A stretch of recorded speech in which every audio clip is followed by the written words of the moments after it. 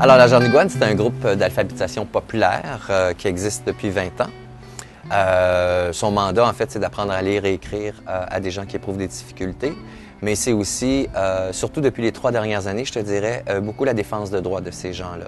Donc, leur dire que c'est pas parce qu'ils savent pas lire et écrire qu'ils n'ont pas le droit. Les gens qui se sont inscrits dans le projet théâtre, c'est de façon personnelle qu'ils l'ont fait. Ils n'ont pas été obligés par quoi que ce soit, c'est eux qui avaient envie de vivre l'expérience. J'ai remis dans ma tête peut-être l'idée de faire du théâtre invisible, du théâtre forum, du théâtre donc qui partait de problématiques que les gens avec qui je travaille depuis 3 ans et demi à la Jarnigoine vivent.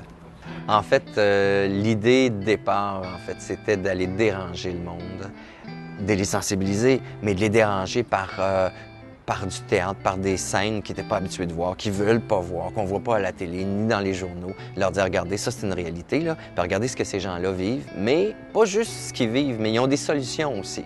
Alors, écoutez et arrêtez d'avoir de vos préjugés, puis ouvrez-vous à ces gens-là, parce qu'ils ont le droit eux aussi d'être dans la société comme vous.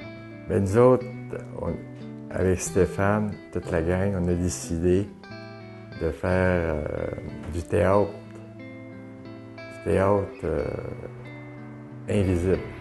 On fait des sketchs, un qui est fauché, un qui ne peut pas lire, il paye sa passe, puis il n'est pas capable de fonctionner. Il paye son véhicule la carte de métro. Et on n'a pas de service comme on est supposé d'avoir. Jean-Marc, comme il vous l'a si bien dit, souffre de schizophrénie paranoïaque. C'est quelque chose qui est apparu en prison, en fait, parce qu'il a été en prison. Jean-Marc, il a 44 ans, le même âge que moi. Il vit avec ses parents et par chance que ses parents sont là, c'est un vrai analphabète complet.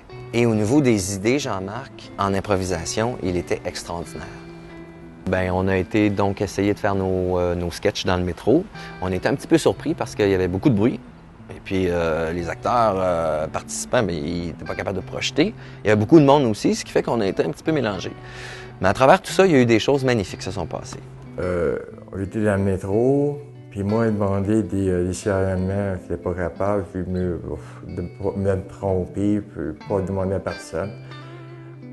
Puis il y avait une femme que moi, j'étais fauché.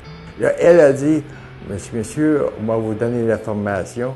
Et là, elle m'a donné, ça faisait 7 ans que je n'avais pas demandé d'information, je m'étais tout débrouillé tout seul. Puis j'étais fier.